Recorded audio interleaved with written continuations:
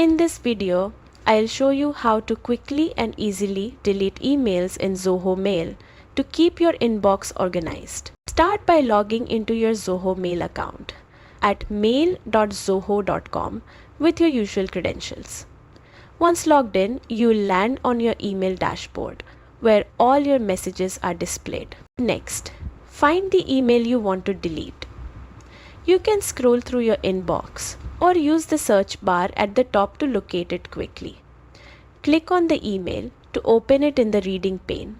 At the top of the email interface, look for the trash can icon. Click it and the email will move to your trash folder, clearing it from your main inbox.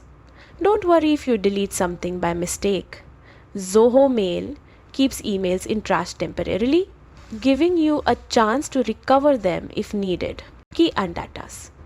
Keeping your inbox tidy helps you focus on the important messages and improves your overall email management. Thanks for watching. Don't forget to like, subscribe and hit the bell